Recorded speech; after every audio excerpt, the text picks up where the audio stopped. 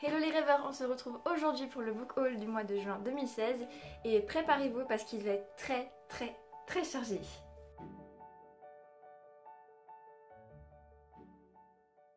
Alors oui, une fois n'est pas coutume, en ce mois de juin, on va pas dire craqué mon slip, mais voilà, j'ai fait l'acquisition de presque une trentaine de livres, donc ça va être très long. Je vais essayer de faire au plus vite pour que la vidéo ne soit pas trop longue quand même, mais voilà, je suis plutôt contente et à la fois effrayée de voir que ma palle a comme ça et c'est... Voilà, je tenais juste à vous donner la petite explication sur le fond qu'il y a derrière moi. Je réemménage tout simplement chez mes parents, du coup je fais avec ce que j'ai et je repeuple cette unique bibliothèque avec un petit peu de goût, j'espère quand même. Mais voilà, c'était pour vous expliquer le changement. Dorénavant, ça sera ça qui y aura derrière moi. J'espère que ça vous plaira quand même. Allez, c'est parti, donnons le ton. Commençons donc comme d'habitude par les acquisitions numériques. Donc, je suis partie en vacances et je n'ai pas su évaluer mon besoin en lecture correctement. Du coup, heureusement pour moi, j'avais ma Kindle et j'ai pu commander des bouquins sur place pour ne pas tomber en panne. Donc j'en ai profité pour me commander le tome 4 de Danse d'Apocalypse, donc La guerre des aurores de Stéphane Soutou, publié chez Rebelle Édition.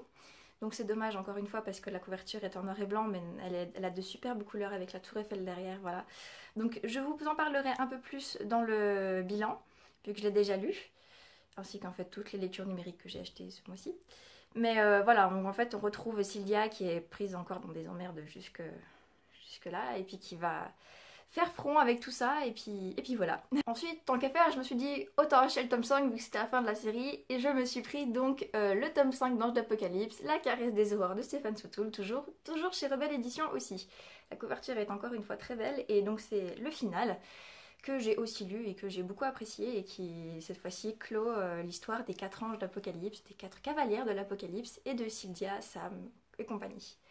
Donc voilà, tout ce que je peux vous dire, c'était une excellente lecture, une excellente saga, et que même si je vous en parlerai plus avant dans le bilan, pardon, c'est vraiment une saga que je vous recommande chaudement. Alors par avance, je m'excuse si c'est fouillis, si c'est... je ne sais pas, mais on dirait que le changement de contexte me perturbe, donc j'espère que je ne raconte pas n'importe quoi. Bref, avec ça, je me suis commandé une petite romance que j'avais envie de lire depuis longtemps, et j'aime beaucoup l'auteur, vous le savez parce que je l'ai déjà dit dans des vidéos précédentes. Il s'agit de À deux pas de chez toi d'Adeline Diaz, et Prince, pardon, Adeline Diaz et Prince, publié chez Anyway Édition. Cette fois-ci, en fait, c'est l'histoire de Anaïs et Ludovic qui sont voisins. Jusque-là, rien de bien... Voilà, ils sont à peu près du même âge et ils sont fortement attirés l'un par l'autre. Et le chat d'Anaïs, Prince, a décidé de les réunir. Du coup, ça va donner une petite histoire d'amour assez courte, puisque le roman fait une centaine de pages au format papier, je crois, et ça se lit très vite. Donc c'est une petite histoire qui va faire remonter en fait le passé de chacun et puis l'acceptation qu'ils vont avoir d'un nouveau partenaire et tout ça. Donc ça donne une petite romance très addictive dont je vous parlerai aussi durant le bilan. Et enfin, dernier ebook sur ma Kindle, je me suis pris le deuxième tome de la saga Le Souffle des Dieux, donc Le Chant des Djinns de Vincent Portugal. Donc ça c'est de l'auto-édition. Si vous vous souvenez bien, sinon je vous invite à aller voir les vidéos antérieures ou la chronique que j'avais faite, le premier tome avait été publié chez Valentina Édition, qui était ma maison chouchoute à l'époque, et aussi ma maison d'édition à moi, mais c'est pas grave. Donc voilà, et j'avais énormément aimé le tome 1, et j'ai profité que l'auteur soit on va dire mis en lumière sur Amazon pour le commander, et je peux vous dire que cette suite a été très sympa parce que cette fois-ci on suit l'histoire du côté d'Amira et la création, enfin l'obtention des totems et tout ça, c'est tout un univers qui est déjà beaucoup développé dans le tome 1, je voudrais pas vous en parler plus, je développerai encore une fois mon propos dans mon bilan, mais tout ce que je peux vous dire c'est que c'est une excellente découverte encore une fois et que je peux que recommander cette saga et que j'ai vraiment hâte que le tome 3 il ait fini de l'écrire et qu'il le sorte. Je suis encore une fois au courant, Vincent. Là, passons à l'avant-dernière acquisition numérique. Donc, j'ai reçu ensuite de la part de Annie Fayet Une vie ne suffit pas, donc aussi en auto-édition. Alors en fait, il s'agit un peu d'une histoire qui se passe avant 1900, je ne sais plus exactement la date. Donc on baigne dans toute cette ambiance un petit peu historique d'exposition universelle, mais ça se passe en campagne. Et en fait, c'est l'histoire de Marie ou Marietta qui va tomber amoureuse du fils du châtelain et leur histoire va pas être si simple que ça en fait. Et il va y avoir plein de choses et on va les suivre en fait jusqu'à la fin de la Première Guerre mondiale. Donc ça donne quelque chose de... Voilà, il y a toute une espèce de saga qui est faite au fur et à mesure des personnages. On suit d'abord un peu les parents, puis ensuite ça descend jusqu'aux petits-enfants. Et c'est une saga un livre qui a été très intéressant que je n'ai pas pu lâcher. Et là encore, je vous en parlerai encore une fois dans le bilan, puisque ça a été presque un coup de cœur et il va falloir que je rédige aussi ma chronique papier. Donc voilà, je vous en dis pas plus, tout ce que je peux vous dire c'est que c'était génial. Et enfin, dernière acquisition numérique, arrivée tout juste hier. Donc je ne peux pas vous montrer sur la liseuse puisque j'ai eu un petit problème avec la liseuse ce matin, je n'arrive plus à la connecter à l'ordinateur. Pas le bon câble. Bref, il s'agit des Passeurs de lumière, tome 1, Un ange passe de Blandine P. Martin aux éditions Rainbow. Alors je ne me souviens plus très bien du résumé, je sais juste que ça m'a beaucoup intéressée et que la couverture est jolie et que l'auteur a l'air bien sympathique. Du coup je me suis dit que ça valait le coup d'essayer. Mais ça parle d'une jeune fille qui va se découvrir pas une destinée mais des pouvoirs, des choses comme ça, et que ça va un petit peu changer sa vie. Et c'est un rapport avec les anges. Donc comme je suis un peu difficile avec les anges, on verra bien ce que ça donne, mais pour l'instant je pars très enthousiaste. Et je lirai tout ça au mois d'août par contre. Voilà. On passe au papier maintenant. Alors le papier, c'est là que ça se complique, puisque c'est là que j'ai fait la plupart de mes acquisitions ce mois-ci. Alors j'ai commencé avec la réception ce mois-ci de 2 précommandes que j'attendais, mais alors impatiemment. Donc le premier, il y a eu Gardien des cités perdues, tome 4, Les Invisibles de Shannon Messenger chez Lumen Édition. Une suite qui est encore une fois excellente et qui a été mon coup de cœur du mois. Donc on retrouve Sophie qui cette fois-ci va rejoindre le Cygne Noir pour partir à la chasse des Invisibles. Il va encore arriver plein de trucs, plein de révélations et une fin comme ça. Donc je vous en parlerai plus avant dans le bilan. Mais c'est encore une fois une super lecture et comme vous pouvez voir c'est un énorme pavé, il fait plus de 600 pages et il est magnifique et il est super la lecture. Donc voilà, voilà. Et avec ce tome 4, j'ai reçu La loi du cœur de Amy Harmon chez la collection R. Alors je n'ai pas encore lu celui-ci par contre. Mais j'avais énormément aimé Nos faces cachées et l'Infini plus 1 et j'aime beaucoup ce qu'elle raconte, la manière qu'elle a de présenter les choses. Du coup, voilà, je me demande ce que ça va être et puis j'aime beaucoup la couverture et les couleurs qui s'en dégagent de l'ambiance. Donc j'ai juste très hâte de lire et je ne sais même plus de quoi ça parle, comme ça je vais la totale surprise. Alors voilà, ça c'était pour le tout début du mois, juste avant que je parte en vacances. Ensuite, je suis partie en vacances où j'ai eu ma panne de passe de lecture. Et j'ai fini par acheter en fait 2 livres en espagnol, puisque j'aime bien lire en espagnol aussi pour ne pas oublier ce que j'ai pu acquérir et puis pouvoir parler avec les autres quand j'y vais. Donc je me suis trouvé El Ruiseñor de Christine Hanna, donc aux éditions Suma de Letras. Je ne connais pas cette maison, c'est pas grave. Donc en fait c'est un livre que vous connaissez, mais en français il s'appelle Le Chant du Rossignol. Donc c'est un livre que j'avais découvert sur la chaîne de Un jour un livre avec Myriam et j'avais complètement zappé et quand j'ai lu le résumé en fait ça parlait de résistance, de femmes, de la Deuxième Guerre mondiale et j'ai dit oh, faut que voilà, Paris, et là elle m'avait perdu, voilà. Donc je trouve en plus que cette édition espagnole est superbe, ça brille, c'est beau, voilà. Donc voilà, ça parle d'une jeune fille qui va devoir faire avec la guerre à Paris et je trouve le thème déjà très parlant et j'aime beaucoup, donc on verra bien ce que ça donne, mais pour l'instant je pars très optimiste aussi, même si le bouquin est gros et que je ne suis pas forcément une pro en espagnol, voilà. Et avec celui-ci, je me suis acheté aussi No culpes al karma de lo que te pasa por gilipollas de Laura Norton, aux éditions Espasa. Alors là par contre, il s'agit bien d'un livre qui est totalement espagnol, je n'ai pas réussi à le trouver sur internet dans d'autres langues, donc c'est bien en espagnol. Donc en fait je vais vous traduire les titres littéralement, qui en fait n'inculpe pas, ne rejette pas la faute en fait sur le karma de ce qui t'arrive à cause de tes propres conneries. Donc voilà, j'ai trouvé le titre déjà plutôt pas mal, puis quand on me dit derrière, si vous êtes déjà en train de lire, est-ce que vous êtes déjà en train de rire parce qu'il vous est arrivé des conneries, bah ce livre est fait pour vous et j'ai trouvé que ça avait l'air très humoristique et j'ai vraiment hâte de lire. La couverture paye pas de mine. Mais apparemment ça marche très bien, donc je ne demande qu'à découvrir et à apprécier aussi. Voilà, on avance, enfin j'avance. Ensuite, quand je suis rentrée, j'ai fait l'acquisition de 2 livres. Donc il y a l'édition papier du Don de Gaïa de Mélanie Baranger en auto-édition que je vous ai déjà présenté le mois dernier mais en numérique. Je l'avais participé à son projet sur Ulule et je suis très contente de voir qu'il a marché. Je suis juste un petit peu déçue parce que ça ne se voit pas ici sur l'écran, mais en fait la qualité de la couverture est un peu inférieure à ce que j'avais pensé. C'est pas grave, ça rend très bien et j'ai quand même très hâte de lire, il est pas très long, mais je demande à voir, donc voilà, pour l'instant je suis très contente et j'ai hâte de pouvoir le découvrir, le chroniquer et vous le faire partager. Ensuite, c'est un petit service presse qui est arrivé et je remercie les éditions Rebelle pour ce livre puisque c'est ma lecture actuelle et pour l'instant ça me plaît beaucoup. Donc il s'agit de Sonata de Émilie Musso. Alors en fait c'est l'histoire de Amy qui a qui vit à Londres dans un quartier un peu malfamé, qui aime beaucoup faire de la musique, qui joue de la basse, qui fait partie d'un groupe et qui va participer à un tremplin. Elle a des gros problèmes avec son père et avec sa mère, et il commence à se passer des trucs un peu bizarres dans sa vie, donc voilà, pour l'instant c'est tout ce que je peux vous en dire, c'est ce que je découvre au fur et à mesure, mais ça me plaît beaucoup, j'aime beaucoup la plume. Il y a beaucoup de détails qui sont faits pour nous imprégner de l'histoire, donc voilà, c'est tout ce que je peux vous dire pour le moment, mais ça me plaît beaucoup beaucoup et vous aurez très vite mon avis puisque je l'ai commencé hier et que je pense l'avoir terminé peut-être avant ce soir. Voilà! Voilà, on avance et maintenant on va arriver au gros de mon pack d'acquisition de ce mois-ci, ce sont les achats que j'ai faits à la kermesse de ma paroisse.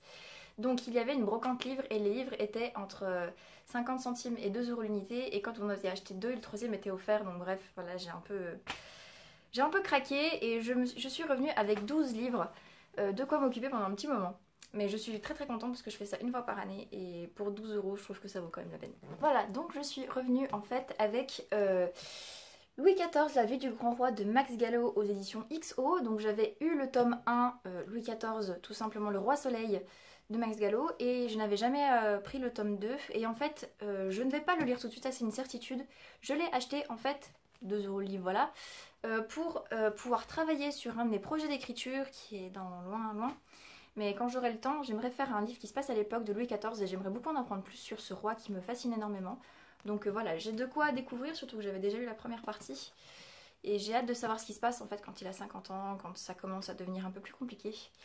Et qu'il n'est plus dans le faste tout de suite ou que ça devient un peu moins glorieux on va dire. Voilà, mais je suis très contente d'avoir pu prendre ce livre parce que je suis toujours très fascinée par la plume de Max Gallo et par ce qu'il raconte. Donc en tant que biographie, je trouve que ça a beaucoup de valeur. Voilà. Ensuite, j'ai chiné un petit peu en fait et j'ai pris des livres qui me faisaient un petit peu envie, que ce soit pour leur couverture ou par le nom de l'auteur, parfois un petit peu le résumé. Voilà, je me suis laissée tenter par plein de choses pour découvrir et sortir un petit peu de mes clous habituels. Donc, je me suis procuré La femme au miroir de Éric Emmanuel Schmitt chez Albin Michel. Alors, j'avais beaucoup aimé une nouvelle qu'il avait écrite dans Très à table, le recueil qui avait été fait pour les Restos du Cœur. J'avais été très touchée par sa nouvelle et du coup je me demande ce qu'un de ses romans peut donner. Et voilà, donc en fait c'est l'histoire de deux ou trois femmes, voilà, deux ou trois femmes qui semblerait-il soient la même personne mais à des époques différentes. Du coup je me demande vraiment ce que ça peut donner.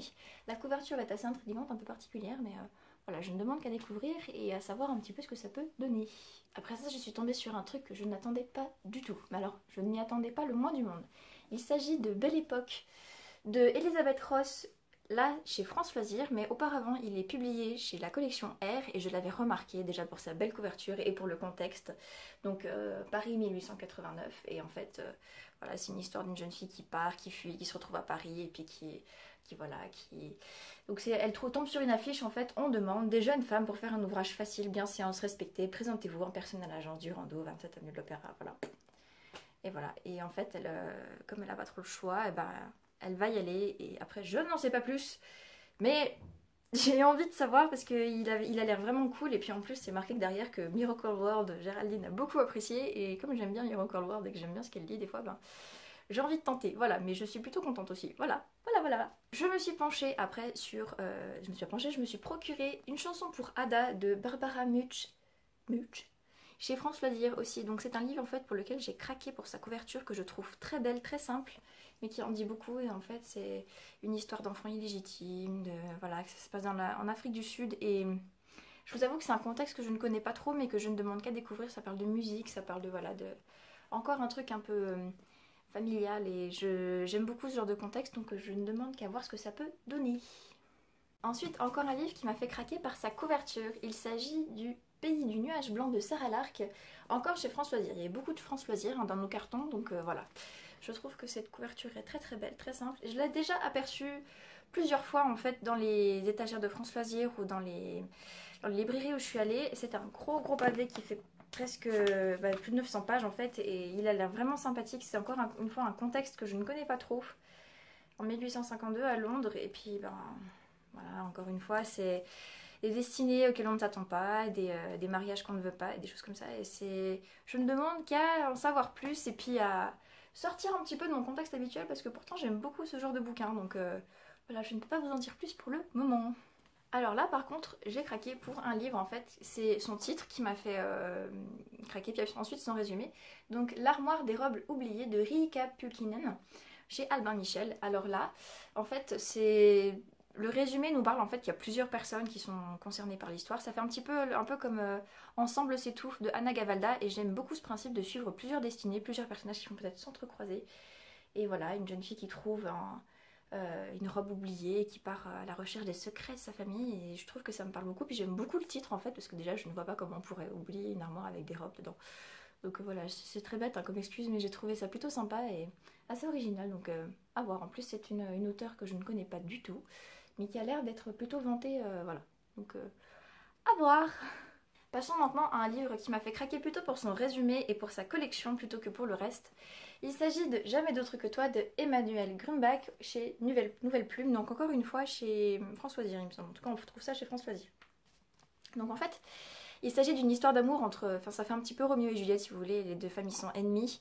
Lui va partir pour son service militaire, elle va rester, et le frère du garçon va forcer la fille à l'épouser, et en fait c'est à savoir si l'amour va quand même triompher de tout ça. Et voilà, c'est un peu cucu la praline en effet, mais je demande à voir parce que j'aime beaucoup encore une fois les contextes et les trucs comme ça. Je me demande comment ça peut être développé, et je me sens très enthousiaste aussi à lire ce truc là. Je suis très enthousiaste pour tous les livres que je me suis procuré, donc c'est plutôt pas mal. Allez, on va y arriver. Ensuite je me suis pris un livre pour son auteur dont j'avais déjà entendu parler, et pour un livre qui a eu beaucoup de succès avec elle en fait. Je me suis pris Le fil des souvenirs de Victoria Hislop. Donc c'est en fait celle qui a écrit L'île des oubliés, qui avait eu un franc succès. Et ça fait un petit moment que j'ai envie de lire quelque chose de sa plume, du coup je me suis laissée tenter. Je ne sais même plus de quoi ça parle. Je sais juste que voilà, elle a écrit L'île des oubliés et que j'avais très envie d'essayer, du coup bah voilà. Je ne sais pas tout. Ça se passe en Grèce. Rien que le contexte déjà, elle me donne envie. Voilà. Le fil des souvenirs. En plus, Le fil des souvenirs, c'est un titre qui je trouve très poétique, donc on verra bien. Mais encore une fois, c'est très réaliste. Si vous remarquez ce que j'ai acquis ce mois-ci, c'est très réaliste, très familial, très... Voilà, c'est un peu historique, contemporain, je sais pas trop, mais voilà. C'est un genre qui me plaît beaucoup, du coup, je suis dans ma période. Voilà. On va passer maintenant aux poches que j'ai acquis durant cette kermesse. Donc... je me suis pris Le réveil du cœur de François Despénoux, donc chez Pocket. Alors en fait, je ne sais pas vous, mais je trouve déjà que la couverture, là, le petit vieux avec le gamin est superbe. Le titre est assez évocateur, et en fait c'est un vieux à Cargate qui va se retrouver pendant un petit moment, 2 semaines je crois, ou plus, avec son petit-fils, et lui qui était complètement à Cargate, qui se coupe des autres, va en fait redécouvrir le plaisir d'aimer, de s'ouvrir avec ce petit-fils. Et j'ai trouvé ça mais profondément touchant comme résumé, et j'aime beaucoup ce genre de truc. Je suis prête à parier que je vais presque pleurer, donc voilà, les relations avec les grands-parents me parlent toujours beaucoup, et j'espère que ça sera aussi bien que ce à quoi je m'attends. Avec ça, je me suis pris L'extraordinaire voyage du fakir, qui était resté coincé dans une armoire Ikea de Romain Puertola. Aussi chez le livre de poche cette fois. Donc rien que pour le titre en fait, j'ai trouvé que ça valait le coup d'essayer, parce que voilà, c'était assez original. En plus il a été prix des lecteurs sélection 2015. Voilà, une aventure rocambolesque et hilarante aux 4 coins de l'Europe. Voilà. Et en fait, il y a une histoire d'amour. J'ai même pas fait gaffe au résumé en fait. J'ai juste vu le titre et j'ai dit il faut. Il faut. J'ai vu que sur Livre Addict par contre, il était assez mal noté. J'aime bien me faire mon propre avis, donc on verra bien. Mais pour l'instant, non, je pars sans préjugés avec ça. Je me dis juste que ça risque d'être assez amusant à découvrir. Et enfin, dernière acquisition de la kermesse. On m'a offert, la dame qui s'occupait du stand avec moi m'a offert, m'a dit de le prendre sans réfléchir. Elle m'a offert Le parfum de Patrick Suskind, donc au livre de poche. Donc ça c'est une vieille édition, je ne sais même plus quelle date c'est, je l'ai regardé quand je l'ai mis sur Livre Addict. Donc en fait c'est l'histoire d'un meurtrier qui va se fier je crois à son odorat et quelque chose comme ça, et ça apparemment c'est un gros classique, il faut absolument que je lise. Du coup voilà, la couverture n'est pas très engageante, mais apparemment c'est une histoire qui voit vraiment le détour. Donc voilà, on verra bien, mais pour l'instant je pars assez optimiste aussi. Voilà, c'est pas trop mon truc les histoires de meurtriers, je suis un petit peu sensible, pauvre petite chose que je suis. Mais voilà, on verra bien encore une fois ce que ça donne, et comme tout le reste des livres que j'ai pris ce jour-là, ben on va essayer puis on verra bien ce que ça donne, hein. Et enfin, comme si ça n'était pas assez, j'ai passé une commande de livres d'occasion en particulier, donc je remercie Amandine pour son colis. Et donc je me suis pris un livre qui me faisait envie depuis très longtemps, que j'avais envie de découvrir vu que le nombre des avis dessus était très positif. Je vous dirais pas que je suis sceptique, mais je pars toujours sans attente quand je lis un livre qui a eu beaucoup de retours positifs. Donc il s'agit d'Une île de Tracy Garvis Graves aux éditions Milady. Donc c'est un grand format cette fois, ça me change un petit peu, mais j'ai toujours trouvé que c'était une très belle couverture et puis que l'histoire méritait peut-être que je m'attarde. Donc pour l'instant, on va dire, ouais, je crois quand même que je reste assez sceptique, mais j'ai quand même envie de le lire et de pouvoir me faire mon propre avis. On verra bien. Et enfin là, il s'agit d'un livre que je lui ai pris aussi, qui me faisait envie depuis sa sortie, je crois, en 2013. Donc il faut vous dire que ça remonte à loin, loin, loin. Donc j'ai toujours hésité à le prendre, mais là j'ai finalement sauté le pas parce que pour 3 euros le livre, allez hop, hein, ça va.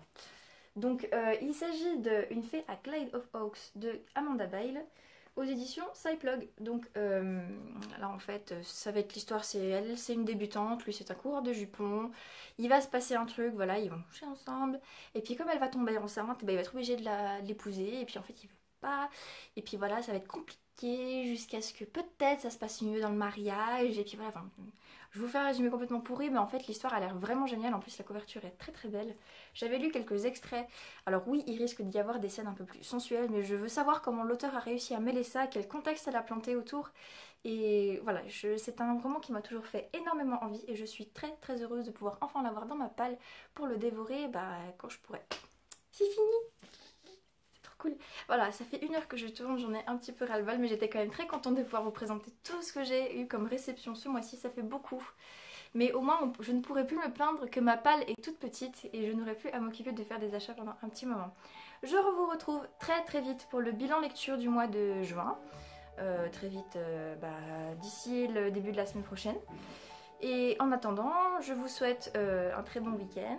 J'espère pouvoir mettre cette vidéo pas trop tard. Et n'hésitez pas à me dire quelles acquisitions vous avez faites vous aussi, ce que vous pensez des acquisitions que j'ai faites, si vous les avez déjà lues, si vous avez un avis dessus, n'hésitez pas. De toute façon, j'ai toujours mes propres attentes, donc voilà. En tout cas, merci de me suivre. Nous sommes 930 à peu près, je crois. Nous allons bientôt atteindre les 1000 si ça continue. Et il y a déjà un petit concours qui est prêt, qui vous attend. Donc j'ai vraiment hâte de pouvoir vous dévoiler tout ça. Et en attendant, je vous remercie encore une fois et je vous dis à très très vite. Des poutous!